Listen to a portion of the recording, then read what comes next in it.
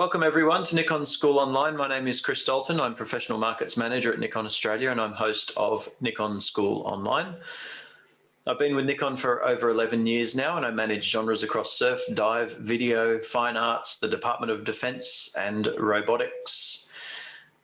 Now, before I introduce our guest tonight, I also want to introduce another panellist, Mr. Ross Hooper. Ross manages NPS, Nikon Professional Services. Ross will be assisting tonight with all of the questions. If you have a question for Cam tonight, please put the question in the Q&A section, which you'll see at the bottom of Zoom. And if you have just general chit chat, you can also put that in the chat section. So please try and just dedicate questions to the Q&A section. That would be wonderful if you can do that. And we're also recording tonight's session. So at the conclusion of tonight's session and through the next week or so, we'll endeavour to put this onto YouTube. So for those people who can't make it tonight who have registered, we still give them a chance to be able to see tonight's recording. Now on to our superstar guest of the night. Hope you don't mind me calling you that, Cam, but Cameron Bloom, superstar. Cameron Bloom has been a professional photographer for more than 30 years. He's built a career on PR, weddings and editorial work, but over the last 10 years, shifted his focus to commercial and portrait commissions. His travel and corporate work has been extensively published internationally in major publishing houses and newspapers. Sorry about that. In 2018, Cameron won the GQ Creative Force Award for his work on Penguin Bloom, which was the basis for the international best-selling book, Penguin Bloom, and a major motion picture film starring Naomi Watts and Andrew Lincoln. Welcome, everyone, and welcome to Cameron Bloom. Hey, how are you, Chris? You forgot to mention in there, and I'm not going to give this away, but also beekeeper. Yes. I don't win any awards for that. No, but that's a talent I didn't know you had. Yeah, no, we've kept bees now maybe 6 years. Yeah. Wow, awesome. Well, I'm not going to give too much away because I've been fortunate enough to watch Penguin Bloom, but that honey and looks amazing. So, yeah. So Cameron, from here, you can start sharing your screen and we'll get stuck into looking at some photos. Yeah. We'll get to hear tonight a bit of a story as well about Cameron and Sam. And it's a really interesting story and certainly a very inspirational story. So Cam, I'll let you just start off and start talking. Yeah, and again, Chris, feel free to jump in with any questions during this slideshow. Of course. So I just, I think my journey, well, what I wanted to talk about tonight mostly was, obviously my love of photography and passion for traveling. And it all really started when I met Sam, probably when I was about 19. We both had the same sort of goals about traveling the world and seeing as much as, we could. One of the places, I remember I was probably maybe 25, and I watched this documentary on the ABC, or maybe it was SBS. It was about Catherine Hamlin, this Australian doctor who was working in Ethiopia in Addis Ababa. And I must say, the documentary kind of just changed my life in terms of, it was the only thing that I think I've ever seen and felt compelled to go somewhere. And I told Sam, oh shit, no, it's just started playing the piano. Hang on a sec. That's okay. That's really nice background music. There we go. Oh, he's got a bad habit of doing that. Anyway, so Sam had always wanted to go to Ethiopia as well. And she wanted to see the Timkat Festival, which was this incredible festival in northern Ethiopia. So I wrote to Catherine and she corresponded back for, a year or so, and then we left. And this is northern Ethiopia, high in the mountains. And it was incredibly different to, Ethiopia is an incredible country. It's very mountainous in the north, and down south it has a totally different feel. It's a bit more like Kenya or like the real tribal areas. So we really got to experience quite a diverse trip. And I remember I borrowed a 20mm lens from Nikon. I photographed Crowded House, their last concert at the Opera House, and I remember I used this fisheye lens. I think it was a fisheye. Is it a fisheye 20mm, Chris? 16, probably. 16. There you go. Yeah, it was 16. And I mounted it on top of my monopod, and I remember I just got some great shots from that. So with that, I took the lens to Ethiopia and managed to capture this shot at the Timkat Festival up in Lalibela. And then after that, we went back down to Addis to shoot Catherine and document this story for a few magazines that commissioned me. And this is Sam. Sam was a nurse back in her early days, and this is a shot with Catherine in the hospital after. And at this age, I think Catherine would have been maybe 74 years of age here, and she was still operating.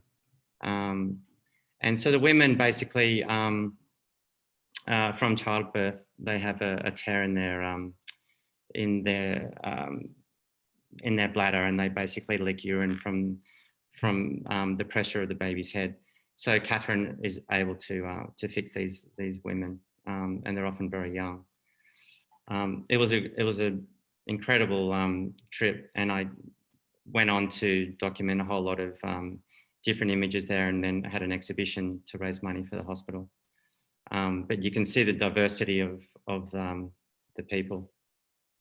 So then, if we kind of jump, I guess 15 years later, we really wanted to take the boys back to Ethiopia, but due to a lot of unrest in Cairo at the time, that's where we were going to fly into. We decided to change tack, and we went to Thailand.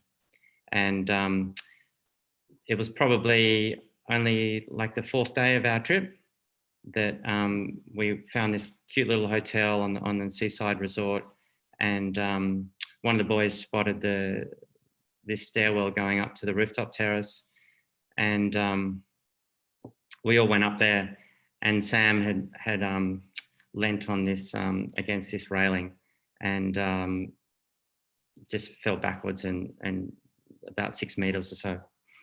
So it was a pretty horrific experience for all of us. And this is a picture of Sam inside the ambulance on the way to the hospital. And I kind of battled with digging out my phone and taking a picture of her, because I didn't know if I'd ever see her again. And I kind of wanted to, there's this strange kind of feeling that comes across, should I be taking pictures of this, or, should I be just observing? And, I think I'm looking back on this whole experience, I'm glad that I instinctively shot pictures, because it's just been it's been great, not only for Sam, but just to have everything documented. And that's what I love doing. And I think I told you, Chris, that I was in Bali when the bomb went off, and I documented the whole of that next morning. So I'm not a press photographer, but I think the weddings have kind of taught me to capture stuff, as it happens. Cam, does Sam remember any of this? You said before it was great to have a photo of this for Sam's purposes. Is this blanked from her mind and memory? Yeah, absolutely. She doesn't remember anything, maybe a little bit that morning, but certainly doesn't remember climbing the stairs and then nothing for maybe 3 or 4 days. Yeah, wow. Yeah.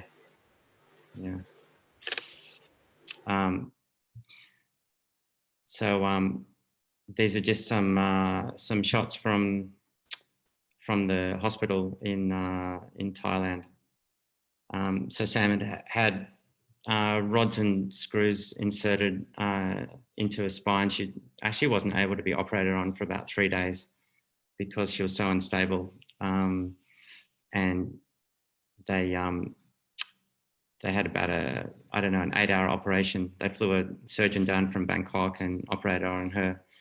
And then we basically just waited. We just waited to find out whether she would regain any movement or feeling. But, you know, nothing was coming. She was in incredible pain, and we were desperate to get home. But she couldn't fly until she was able to be sat up in the plane for takeoff. Even though she lay down the whole flight in first class, they needed to sit you up for takeoff and landings.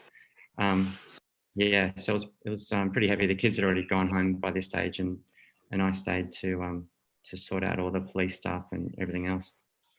Can you give us an indication of timings there, Cam? How long all of this took? Yeah, so I think Sam was in hospital in Thailand for maybe a month, and then when she came home, she spent 7 months in hospital up at Royal North Shore in Sydney. And then maybe, I think it was probably a month or so or 2 months in the hospital. No, God, now I'm forgetting. It might have been 4 months in hospital and 3 months in rehab. So yeah, 7 months for that. And we, yeah, go on. I was going to say, and these are quite bittersweet, those photos, because of course you're not sure whether she'd even make the night. Originally, absolutely, yeah. Back sort of, you know, on that first night, no, none of us did. Yeah. So we, you know, by the time Sam got home from hospital, the kids were, you know, we got 3 boys, so the kids were beside themselves to welcome her back, and it was, you know, we all just wanted her home.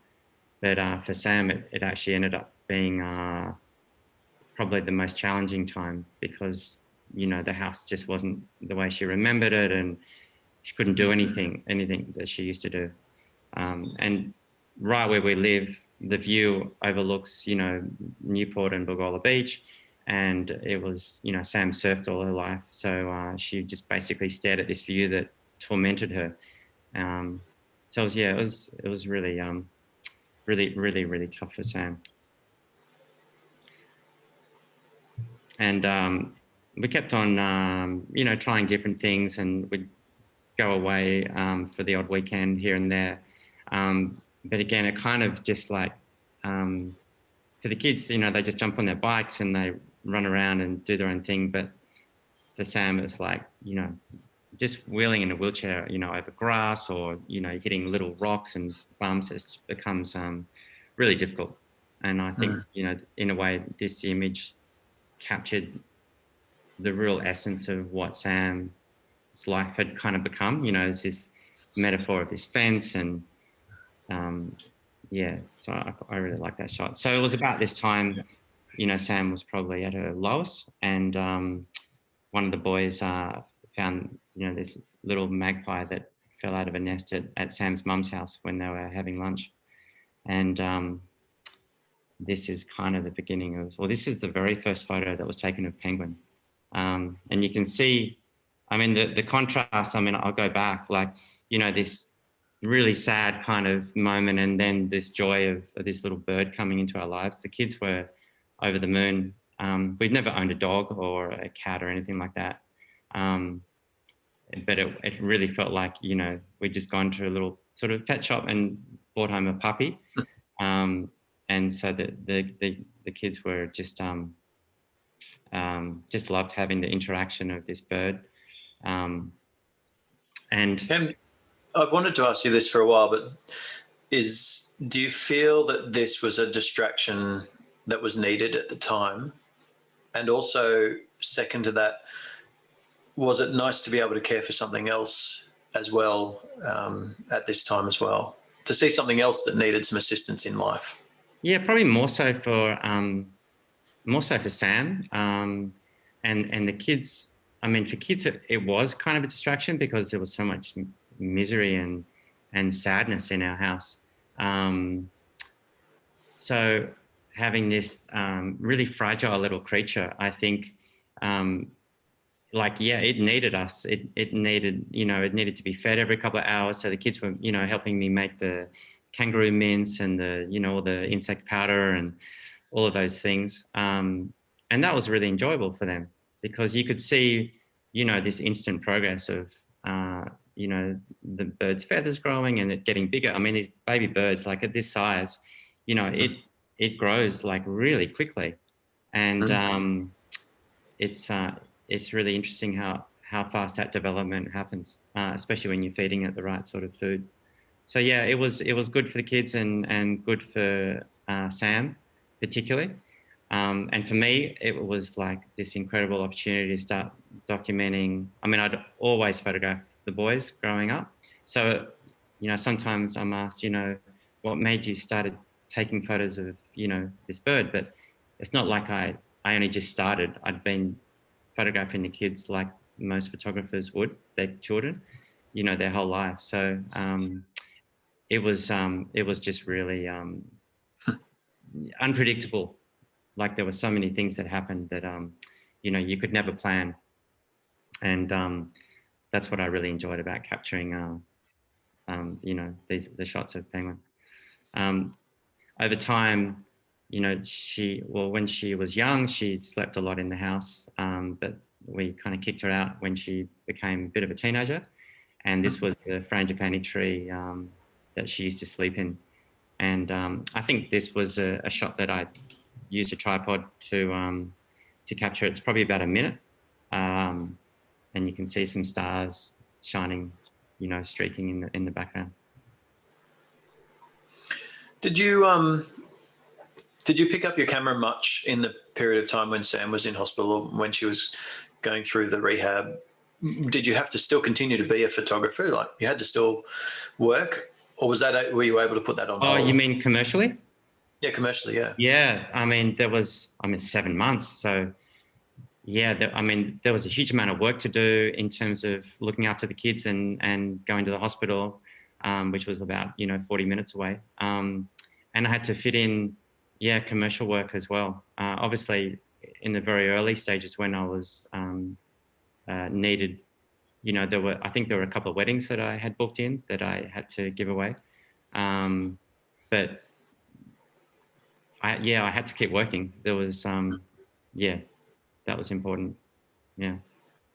It's funny. I remember when I lost my dad, I came home and I looked at the grass and I cursed the grass because the grass didn't stop growing, and I had to mow the lawn. It's like, well, life does continue on. The normalities of life. Yeah, it does.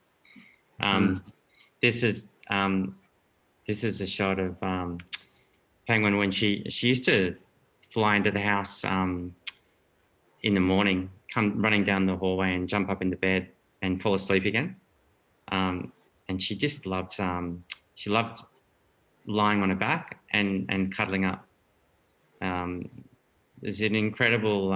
She was so affectionate and loved to be, just I guess cuddled, which was awesome for the kids.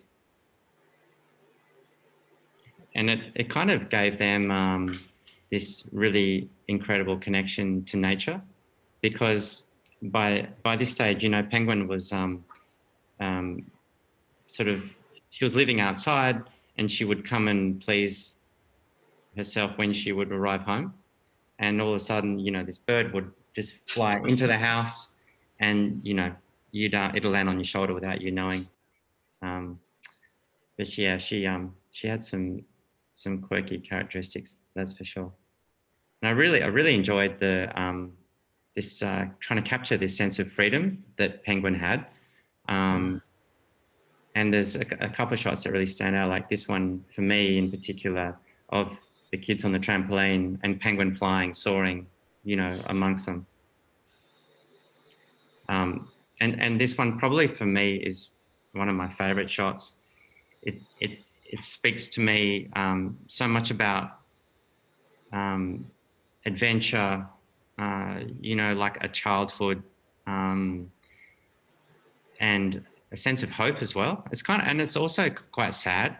And I just really, I love the fact that Noah and Penguin are together looking out over this view, and the future's kind of, it's all there. For me, it's one of my favorite shots. and there were always I was always looking for contrasts and for different ways of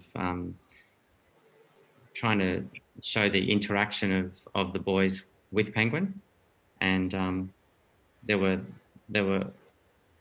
often some great textures and uses of light that you don't normally see. Like there was always this beautiful light that would come into the boys' bedrooms with these blinds, and you didn't necessarily have to shoot, like the bird, but here I using the shadows to show Penguin. And again, just for me, just the composition is really important. And I've always, I think, I hardly ever crop my photographs. I pretty well always just shoot and compose what I see, and that's how I capture it.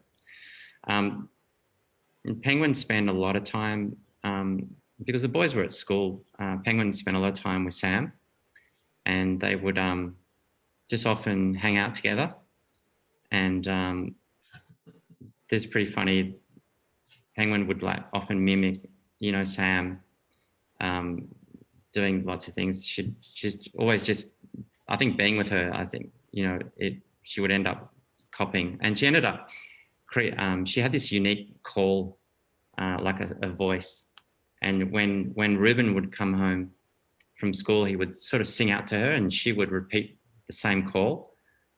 And it was totally unique to Penguin. I never heard another magpie make the same sound.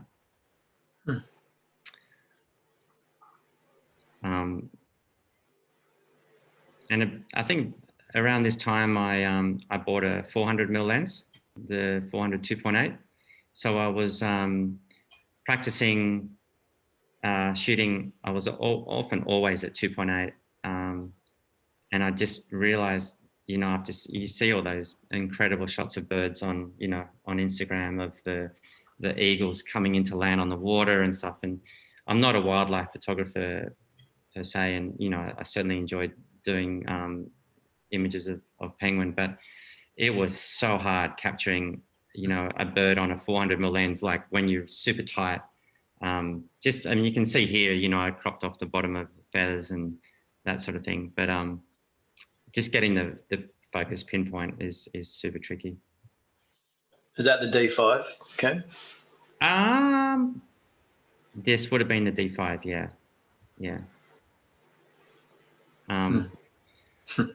I was just I was saying to you the other day, it'd be really hard if someone said, can you get a photo of a bird looking happy or sad? And I never kind of thought that there was an expression, or like, you don't ever think of a bird, smiling or looking sad. But I tended to find these moments of and I don't know if it's just indicative of what was happening around the time of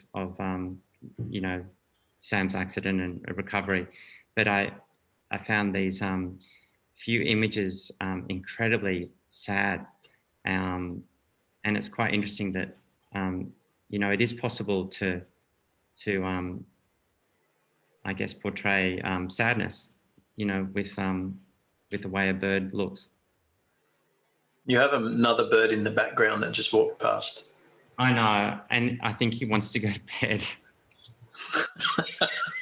But this little bird, it's another magpie. Where is it? I'll grab him. Yeah, you must do that.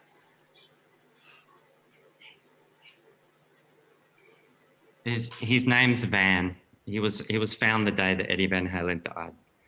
Oh wow! Yeah. But he can't fly. His wing development is a bit slow. So okay. We're feeding him. I'll quickly put him into bed.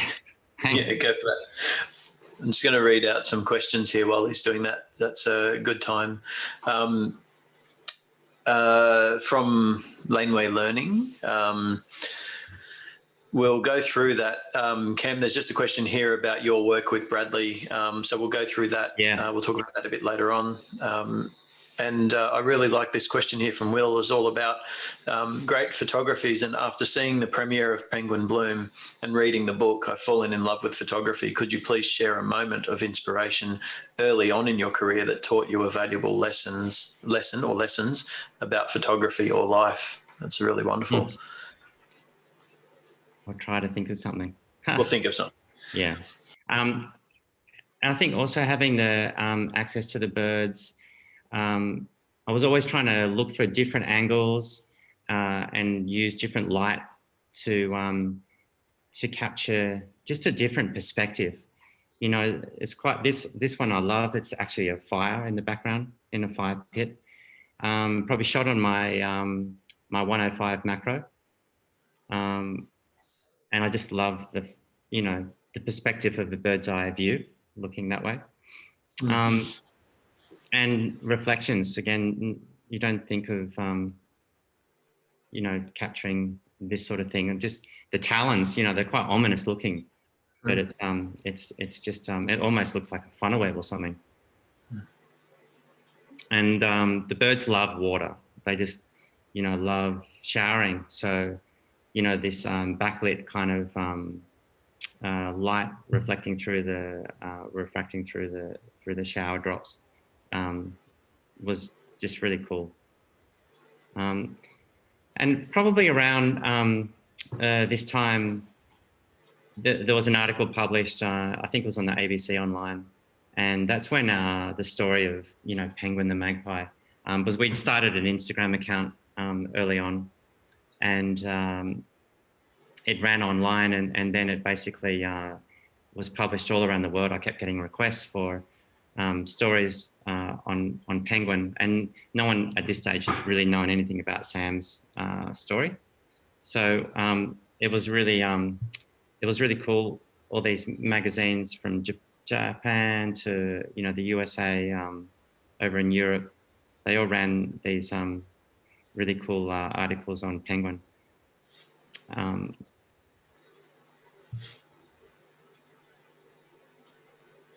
Something from Germany. But for me, the highlight was one day, one of the boys, I think he must have called me and says, "Dad, Penguin's on Instagram." And I said, "Yeah, I know. We've got the account." It's sort of like and then he said, "No, your photos of Noah's on Instagram," and he must have sent me a picture or something, and they must have picked up this picture of that I took of Noah and Penguin practicing, you know, his guitar after school one day, and that to me was like one of the coolest things to have featured an image that was so widespread around the world. You know, like their account at that time, you can see, I think it has 208 million followers. So it was really cool, especially for the kids, you know, or for Noah anyway. Yeah, the other boys are feeling a bit left out. Maybe, yeah. And so there was then that we'd started working with Bradley Trevor-Grieve to help share our story, and Bradley spent probably 11, 12, almost a year interviewing both Sam and myself for the book. And it ended up being published in, I think it's about 13 different languages. And I just found a couple of, this is from the Netherlands. And this little one is in Japanese. And all the books backwards, so you know the other way around. And then I think they ended up choosing a different cover for a Korean version. But I thought that I would actually share. I mean, someone asked a question about Bradley Trevor-Grieve, and it was, you know, like if you look at these two images, they're just interesting textures, really. But when Bradley and I started working together on the book, he wanted me to send him my favorite 2,000 photographs. And by this stage, I'd shot, I think, around 14,000 photos of Penguin and the kids. And it was Bradley's skill to pick out these images and help. Basically, he kind of turned Penguin's story, or Sam's journey, into Penguin's story. And so I'll read just a little extract from the book, which relate specifically, to these two photographs. To be paralyzed from the chest down means many things, none of which are good. Most immediately, it means the loss of your legs and your abdominal muscles. You cannot sit up, you cannot stand, you cannot walk, you cannot skip, you cannot run. You can no longer sense your connection to the earth. You cannot feel the cool, wet grass beneath your toes or the hot summer sand beneath your feet, upon which you will no longer leave a footprint. And for me, this is what Bradley's skill was, is finding images like this and then, telling a story. So yeah, it was quite powerful. And after the book was published, we started rescuing a few other birds. People would sometimes call and bring birds to us to help look after. From like little butcher birds to more recently, we cared for this currawong. She only had one eye. It was pecked by a cuckoo in a nest. Cuckoos fly down every year from New Guinea, and they kick the baby currawongs out of the nest and lay their own eggs in the nest, and then the currawong parents, or the mother, sits on the nest and brings up a cuckoo. So we went and rescued this little currawong, and it lost its eye. But over time, the boys helped kind of teach it taught it to fly. We would take it out onto the grass, and within maybe 4 months, we called it Frankie. He was flying around and able to literally take off from your shoulder and grab a little spider on the ceiling and then come down. So it was incredible that it could develop this sense of skillful flying, but actual one eye to grab something off the wall. And this is Frankie's good eye. And then at one point at Christmas time, we had these 3 birds that we all had cared for. The little one on the right was called Hollywood because it was dropped up at the time we were shooting the film, and ended up getting a starring role in the film. And then there was a little butcher bird which flew away, and then Frankie, which flew away. And I think this is a really cool shot because you've got these 3 different species of birds all sitting on the swing, in the one shot. And it was then around that sort of time that the new book came out, Sam's new book, which also features a whole lot of birds throughout the publication, but not just magpies. It was kind of from all the birds that we sort of looked after. And I wanted to share again, Bradley often talked about having end papers that were really special. So for those of you that don't know, the end papers in a book are basically the front and the back. But I'll show you. Where's the one that I've got here that I wanted to show you? So sorry, I've written in this one. This was the first end paper of the new book, and we wanted something. Here's a similar shot. We wanted an image that portrayed kind of some sadness, and then have one right at the end of the book that was going to be uplifting. And for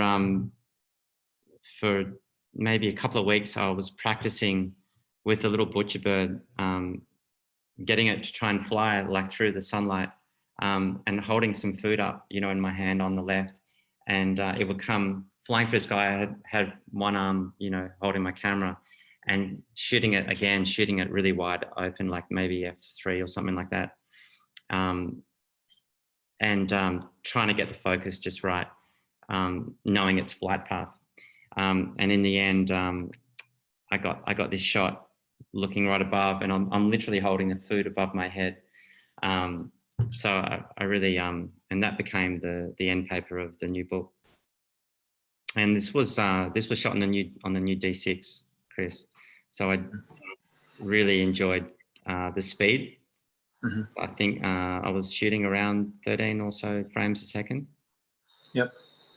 And again, this is another shot with the D6. Right. I think this is fascinating too. You've got all of these birds who, through the years, have come to you through whatever means. But clearly, you create a wonderful environment for them that's safe, that's nurturing, that they just feel like it's home. You know, it's a wonderful, wonderful story of how animals can feel comfortable in a home. Yeah, or hopefully outside the home, because that's where they've got to go. I mean, the birds that were in that photo before, yeah, the butcher bird took off, and both Hollywood and Frankie moved like 200 meters away. Hollywood joined a bigger flock of magpies, and she's still there now because the guy that owns, the house up the road, he said she often comes down, lands on his shoulder, but there's a whole lot of magpies in there. And that's, for us, that's the greatest outcome. But in Australia, when you see a magpie coming towards you, you don't really often think, here comes a friendly magpie that's about to sit on my shoulder. They're the ones, the ones you don't see are the ones you got to fear. Yeah. Yeah, they're often coming from behind. So there's a shot not that long ago, and kind of typical, now the boys are all growing up. They still love jumping on the tramp, and the birds are still flying. I managed to get this shot of Frankie chasing Hollywood right on dusk. And I think I was, again, probably, like F2 or something at about 125th of a second. I was like panning as they were flying. I just think it's quite a hysterical photo. So yeah, now we can maybe talk a little bit about the movie. Tell me how this happens. How do you go from taking photos of a magpie to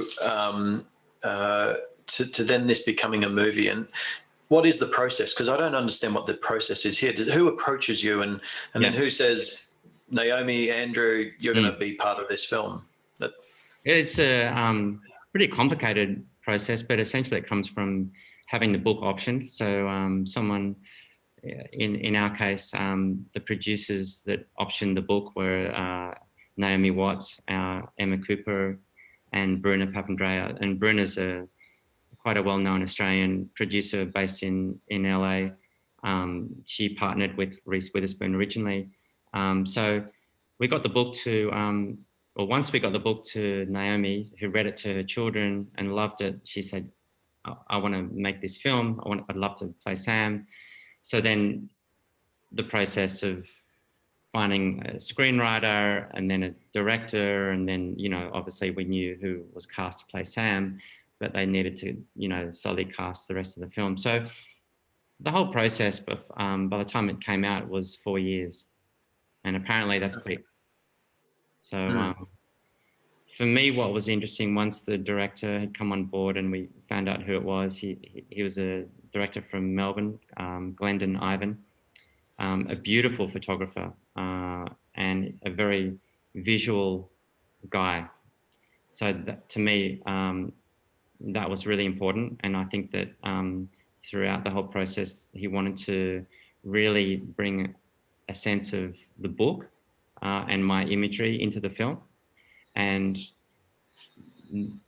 this is the production office where they used the costume department, the hair and makeup department, all the main heads of department all use these boards, these mood boards for to help them develop, a look and feel and a color palette even for the film. So you've got all these images of the boys growing up, and then various, scenes where they would shoot, it was really cool to see the length of, or the amount of detail they go to. And then they decided that they actually wanted to shoot in our house. And our house is essentially like this. It's all white, and Glendon knew that he just couldn't shoot in a house that was all white, too much light bouncing around. So they brought in the set designers and builders, and this is what they did to it. They paneled the ceiling to create a darker, or just the light changed, incredibly. It was far more moody. They could control the light, the bounce, and all that sort of stuff. And then you can see the color palette had gone this coolish kind of blue. And what was nice for us, they kept a lot of our worldly travels and sculptures, and even some of the artwork stayed up on the walls, which was really cool.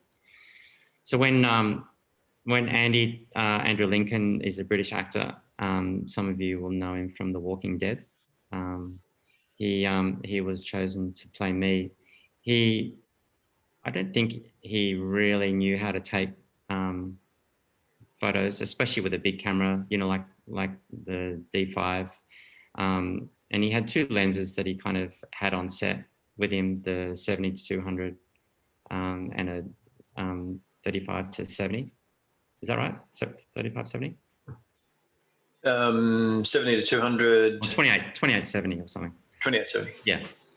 And he loved taking photos. He absolutely, just really enjoyed the whole process. So we would spend time together, and Sam and Naomi would spend quite a lot of time together. And I would often come on set and take photographs when I was allowed, which was really fun. And at this point, they also had the bird trainer, a guy from Queensland. His name's Paul Mander. He was an incredible bird wrangler. Mostly dealt with birds of prey, and I don't think it worked with magpies ever before. But it was so interesting watching him work. They basically, they use kind of food to, small amounts of food to train them. He needed to bring them into the house to get them used to the house. We had about 10 or so magpies for the film. And they all had different roles, basically. Some could fly well, some were more affectionate, and they were all used at different points in the film. Here's a shot. I was using the Z7 because of the silent shutter on it. The digital, is it digital? Yeah, digital shutter. Yeah, yep, silent shutter, yep. To take photographs on set, which was really cool. Kind of strange experience shooting it in your own house, but there was this one point when they needed a baby magpie. They hadn't got a baby magpie for the film, and they desperately needed a baby magpie. And then they got a call that two birds had been found in South Australia. So Paul, the bird trainer, the guy in the white jacket here, he drove all the way to South Australia and then back, feeding them every couple of hours in the car. And this is the moment that the birds basically came on set, and everyone is just standing around going, oh my God. They just couldn't believe that it was real and that they'd found one, because the shoot really needed like this baby bird for the story. And then I captured this of Andy, that look of just, being able to hold, again, a wild bird. Like, it doesn't change. I mean, you can see kind of the intense look on his face and what it felt like, for our kids and for anyone that's sort of held a bird like this. It's really quite powerful. Was he familiar with magpies before this? Say that again. Was he familiar with magpies before this? No, he's from the UK, and no, never held, certainly never held a bird. Wow. My understanding, yeah. but he was great with the birds. Yeah. Yeah. And there were all these really powerful moments for me. Like, we've got a couple of Max Dupains here at home that I've always loved and that we've collected over the years. And there's this shot of Naomi lying in bed, you know, stuck. And then the classic, you know, iconic shot of Bondi, the two people standing, you know, I love that sort of moment. And here's another image of everyone on set. They kind of, I think it's called blocking out a scene, and they go through how they're going to capture the scene, where they're going to shoot from, where Naomi's going to end up, all that sort of thing. And this is a scene of Naomi falling out of bed or out of the wheelchair, perhaps.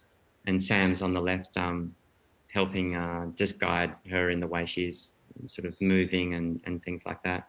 So it was a really hands-on experience for us throughout the whole process of the movie to make sure things were done kind of correctly.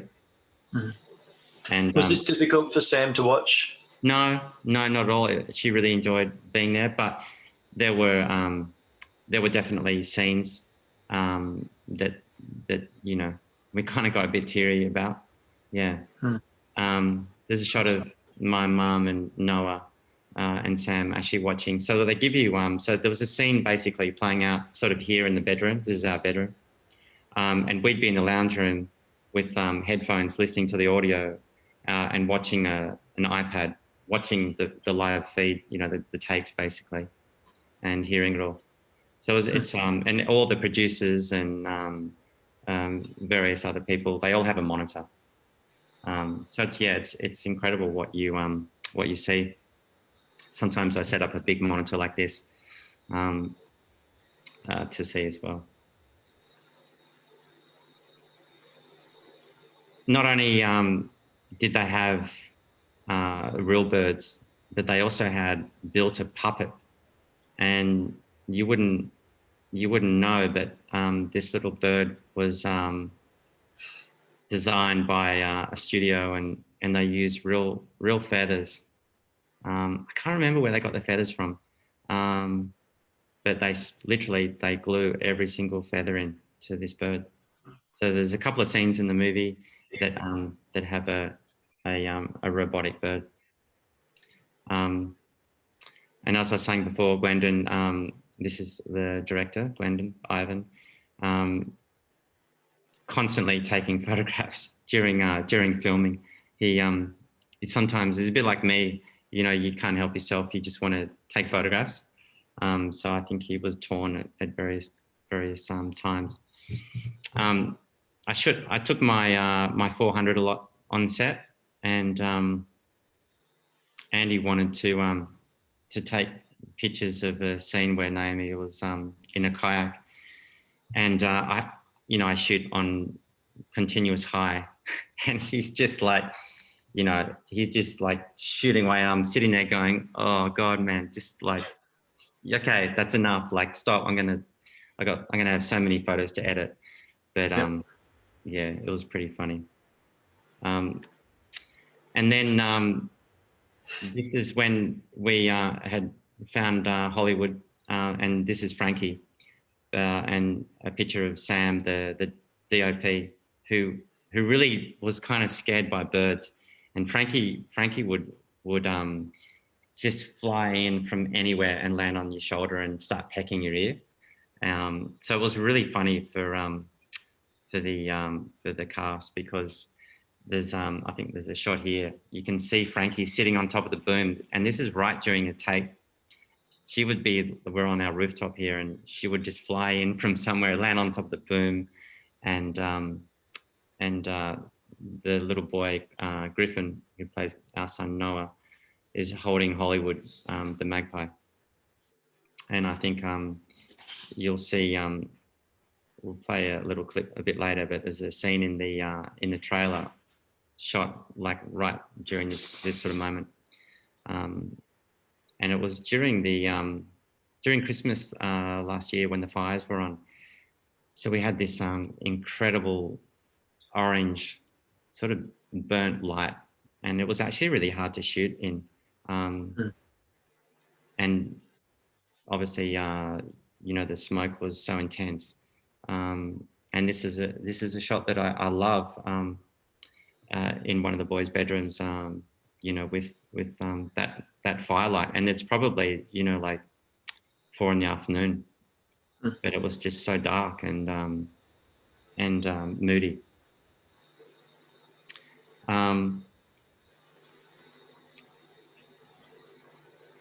There's a moment when my job kind of shifted to bird wrangler because basically there was more pickup shots that needed to be done for the film, and we'd just found Hollywood, the little magpie, and they just got everyone. Naomi flew back out. I think she was available for 1 weekend. She flew back out from America. She came for 2 days of shooting, and just to get these shots of the baby bird. And I was meant to be like looking after the bird, but I couldn't stop taking photographs as well. So I had the Z7 with me, and this shot of Naomi, it ended up being used in the States just last week on Entertainment Weekly with the bird. And there was a couple of scenes in the film. This is shot up at Avalon, where the kids are on the headland. It's a scene in the film that's it's really sad for me because, and maybe you can kind of get a sense of it here. Andy is, or my character is kind of off looking in the distance. Sam's not there. The kids are having fish and chips and oysters, and they've got the little bird sitting in the middle there, if you can see it.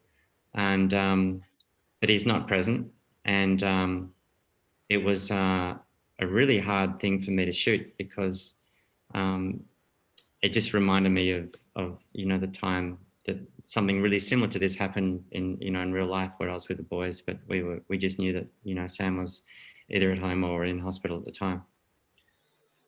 And so maybe might be a good time to ask any questions on the film or anything before I yeah. I want to know, without giving away the movie, but did the scene that played out after this, did that really happen? It certainly did. Yeah. It's we can talk about it. There's a scene in the film where the boys are throwing up, and I was lying in bed with Sam at the time, and she said, I can hear one of the boys vomiting, and I'm listening, and then it was I think it was Ollie. He was he called out my name. He called Dad, Dad, and he was vomiting, in the bathroom, and the fact that he called out for me and not for Sam, it was really heart wrenching. And by the time I had gone back to bed, Sam was in tears, and it was really hard. She obviously couldn't get up to be there for him, and yeah, it's a pretty harrowing scene in the film, and actually the scene that Sam finds the hardest. Yeah. Yeah. I don't know what I found the hardest was watching the emotion on Naomi's face, Sam's face. Yeah. Or the fact that you'd cleaned up all the vomit and didn't appear to have a shower before you went to bed. Yeah. there's maybe continuity issues there, but they've only got 110 minutes to True. tell the story. Some things get cut. Yeah. I did wash my hands. Excellent. So the film, the film's just been released in Australia last week, and a few months ago they premiered the film in Toronto Film Festival, and then sold it to Netflix. So Netflix have it for the rest of the world, or most parts of the world. It's I think it's in a few countries for a cinematic release, like Germany and Italy. but unfortunately, with COVID, it's that's not going to happen for some time. So yeah, Netflix have it for the rest of the world, and here are two of the posters. This is the one from Australia, and this is the Netflix poster, which actually it comes out on Netflix tomorrow. So on the 27th of January. Awesome. And we can play the trailer if you want. Yeah. Yeah, let's play this. Yeah.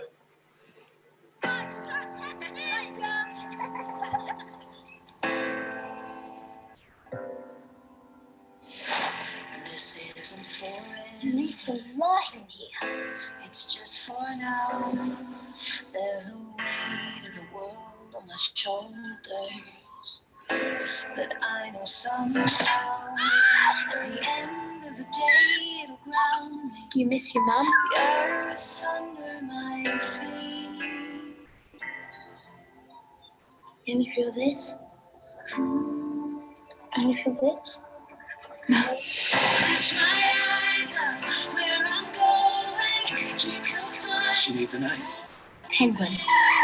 Won't lose hope, 'cause I know. The boys and I were struggling. You're struggling. Yes, it's all of us.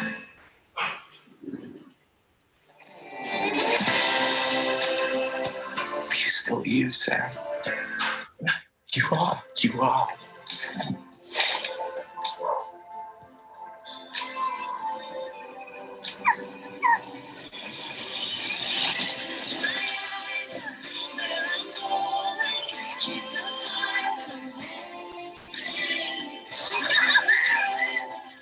I'm here. I'm your mom. Same.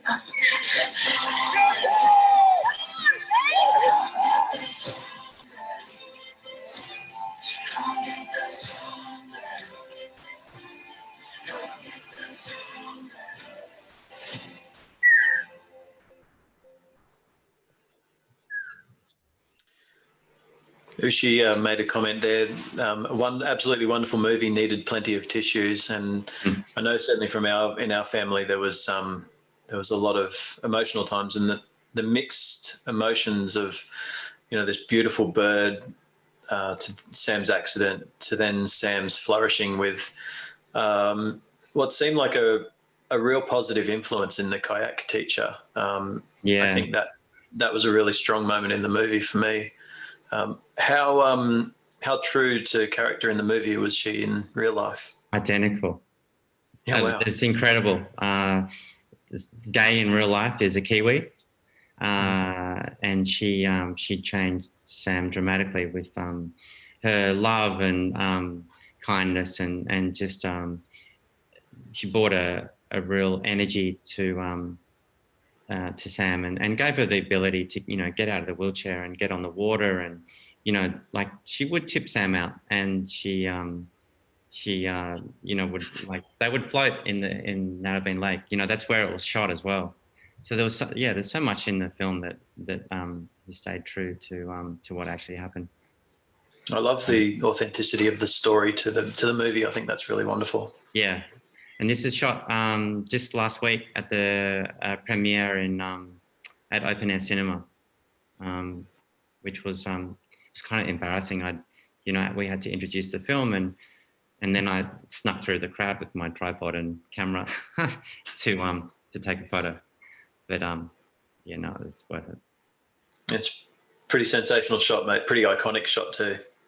Yeah, it's such a great place to have a premiere. Yeah. So it's really beautiful. We can do some questions now, maybe, if you want. Yeah. So the question here: when capturing birds in flight, do you shoot in autofocus, not manual? Continuous. Yeah. Oh, you mean with a focus? Or? Focus, Oh. yeah, focus motor. Yeah, continuous. Yeah. Okay. Yeah. So I wanted to read something from here. Let's go back to the moment of inspiration. Where were we? I can't remember the exact question, but that moment of time as a photographer where you were inspired. think actually there's one moment like when I was really young, when I knew I kind of wanted to be a photographer. I was in Bali, and Dad had bought me a Nikon FG20. Wow. This is well before your time, I think, Chris. Yeah. Yeah. I was probably 14, and I remember I asked this Balinese woman if I could take her portrait, and I remember that moment of her looking in my eyes, or down the barrel of the camera, and whoa, like it was really a really special moment, and I knew I wanted to be a photographer sort of from then. But I took a lot of, I loved Max Dupayne's work. After school, I was a printer.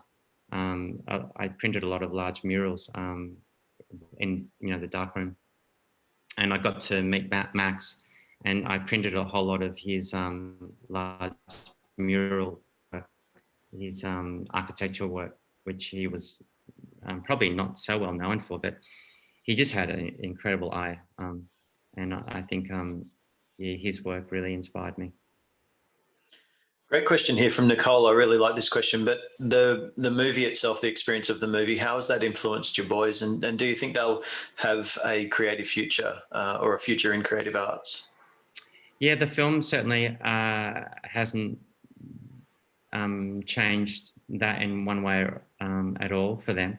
They, two of the boys, Ruben has always been creative since he was, he's always been building and stuff, and now he's running his own business, making homewares. So he, that's his nature. And Noah's always loved music, and since probably he was maybe 13 or so, or younger actually, yeah, probably like 11, he learned to play the guitar. So now he's composing music, and he just got a job with the BBC last week, composing for a podcast. So yeah, they're both working and loving what they do. And Ollie is the more adventurous one. He's the one that jumps off cliffs. Yeah, some of those scenes in the movie where they're jumping off the roof onto the trampoline. That's Ollie. That happened. Right. Okay. And still happens. I'm that protective parent that wouldn't have let them do that. So. No, and like we kind of Sam's accident hasn't changed the way we live, or literally, an accident can happen anytime, and you've got to be careful, obviously, and but you've got to live your life as well. And we're not reckless parents. No, but, no, yeah, it's certainly fun. There is that moment. And again, not to give too much away about the movie, but there is that moment where Sam's talking about this could have happened to anyone, and there was that moment of how many other people have been up there. Why did it have to happen at this particular time, etc. And you can ask those questions all the time, but I think perhaps the story of the fact that it has happened and how do we move forward from this, and I think that's where I took what I got out of it anyway. So the star of the show, Penguin, where is Penguin now? So when did Penguin leave the Bloom household? She so right at when Sam was got on the Australian team to go kayaking at the World Championships in Italy, Sam had left, and I took the boys to go and watch her about 3 weeks later. And the night that we were going to leave the next morning, she flew away. And it was, we kind of think that, by that stage, she'd been here for 2 years, and, coming and going, and spending more and more time away from home. So we figured that she'd maybe found a mate, or, maybe something like that. So we haven't seen her since. Do you have any particular vision of her that stays in your mind, a particular one moment that just stays in your mind? Oh, probably when she flew away one Christmas morning, literally on Christmas morning. And, the weeks turned into like 4 weeks, and then 5 weeks, and we basically thought that, she'd gone. And then one day she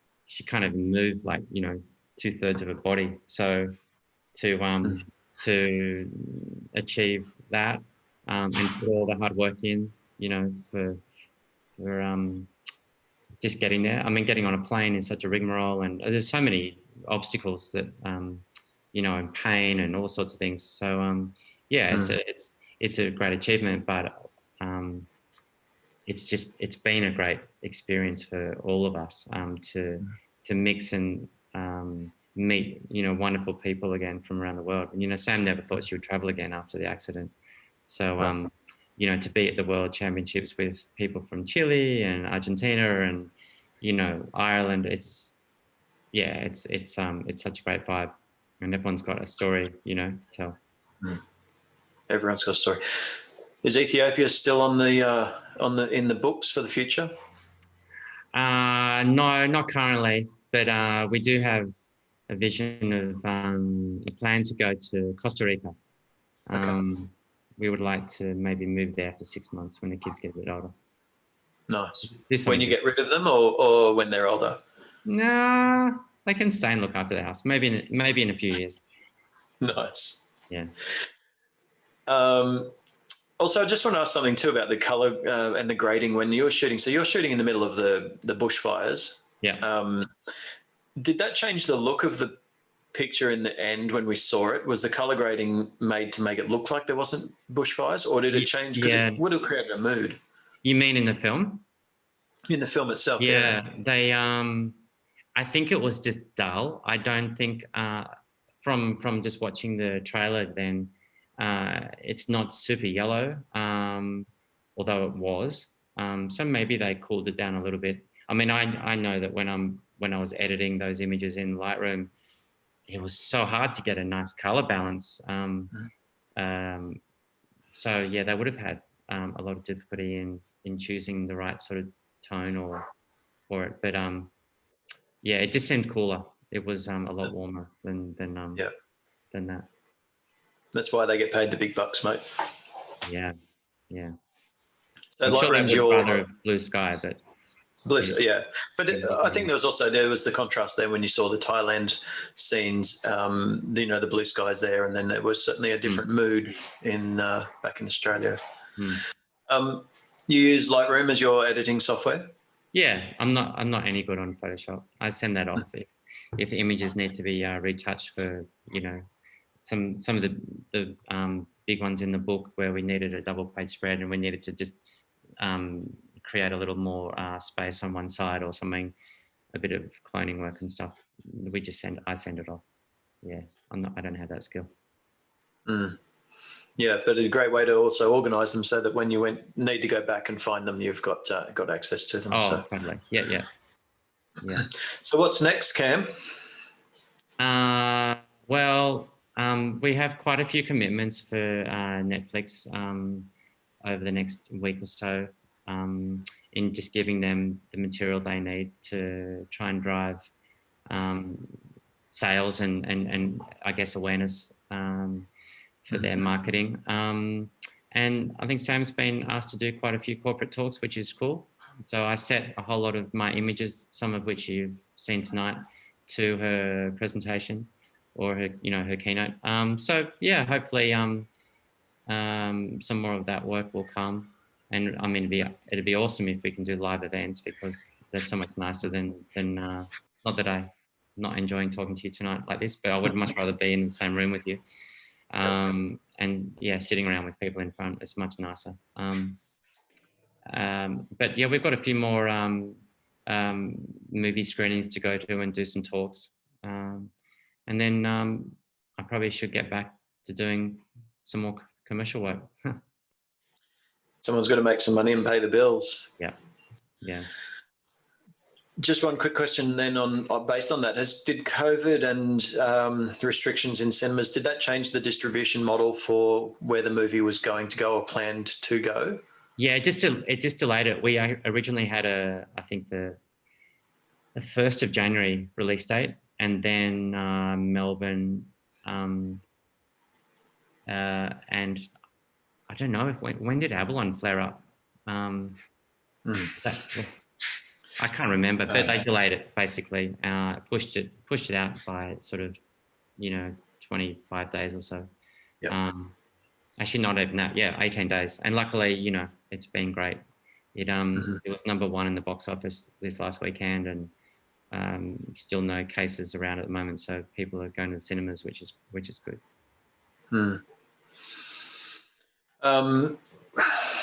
There's some questions here more about birds, and effectively, I'm just going to ask them quickly. Is there something specific about birds that you admire, or was it just chance that you started photographing birds? Yeah, I think so. I mean, we could have rescued lizards, but look, we've always loved birds. Sam and I both adored, eagles, and always loved, bird life. So it's just a nice fit, and I think we've kind of fallen into it, and get the odd call. So and if anything's too difficult, or if anything's actually injured, obviously we pass the birds on to a vet nurse or someone close by like that. Has this influenced Sam to be a photographer? Sam used to shoot a lot. Whenever we travelled, she always had a Nikon around her shoulder. But it's a bit hard shooting and wheeling. But no, she loves her phone. Yeah, that's good. That's excellent. It's a bit hard balancing, but yeah. Yeah, absolutely. So I wanted to just sort of say to you too, and this came about from watching the movie, but I think there's a lot to be said about what the strength of you and the power, the passion of who you are, and there were so many things as a male, as a husband, as a father, watching this movie that made me just think of the strength of yourself and what you must have been going through, and there's so many ways we can talk about that. But I just wanted to say, it is absolutely admirable to watch the movie and to see you, and certainly to see it from a father and a husband's point of view. So I admire that from you, Cam. So well done. Well done on the movie. Incredibly well done on the book, Penguin Bloom. I love the book. We haven't talked in here, but there's a wonderful paragraph in here about the birds and what do they call it here? The potty training of a magpie and the signature flourish on the furniture. There's a wonderful picture in there, and certainly a wonderful paragraph about that in the movie as well. Cam, thanks again for tonight. It's been wonderful talking to you, but again, thanks for everything. And certainly you are an inspiration to us. Sam's an inspiration. The kids are inspirational. Everyone in the movie is inspirational to us. So thank you very much. Any parting words that you'd like to pass on? We should acknowledge Leela's photograph, which is that one on the wall. Of course. Leela Jeffries took this photo of Penguin when she was probably about 4 months old, and she's lying on her back. She's not dead. She's relaxing. Yeah. No, thanks for having me, and I've always enjoyed using my cameras. I think my first Nikon was a Nikonos #1, which my dad gave me when I was probably 12. So I was began as a surf photographer and still love being in the water. So yeah, it's a nice nice profession to have. Yeah, well, as I said, in the movie and in real life, you're an inspiration, mate. So well done. Congratulations. Say good day to Sam and the family, and thank them for allowing us to take your time tonight. We really appreciate it. Thank you very much. Thanks, everyone. Thanks, Cam. Thanks for everyone else that's been here. Thanks, Ross, for your help in the background with the chat. Thank you very much. As we mentioned before, for those people that turned up a bit later, this has been recorded, so we will be putting it on YouTube for you to watch. It's an amazing story. Do what you can, get to check out the film on Netflix, and it's an amazing movie that you're probably going to watch a couple of times. Oh, not on Netflix. Sorry, the cinema. Yeah. Yes. Netflix for everyone around the world. Yes. Yeah. So go to the cinema. It's an amazing film. And Cam, again, thank you very much, and thanks for your time tonight. Have a wonderful night, everyone, and thanks for listening to us on Nikon School Online. Thank you very much.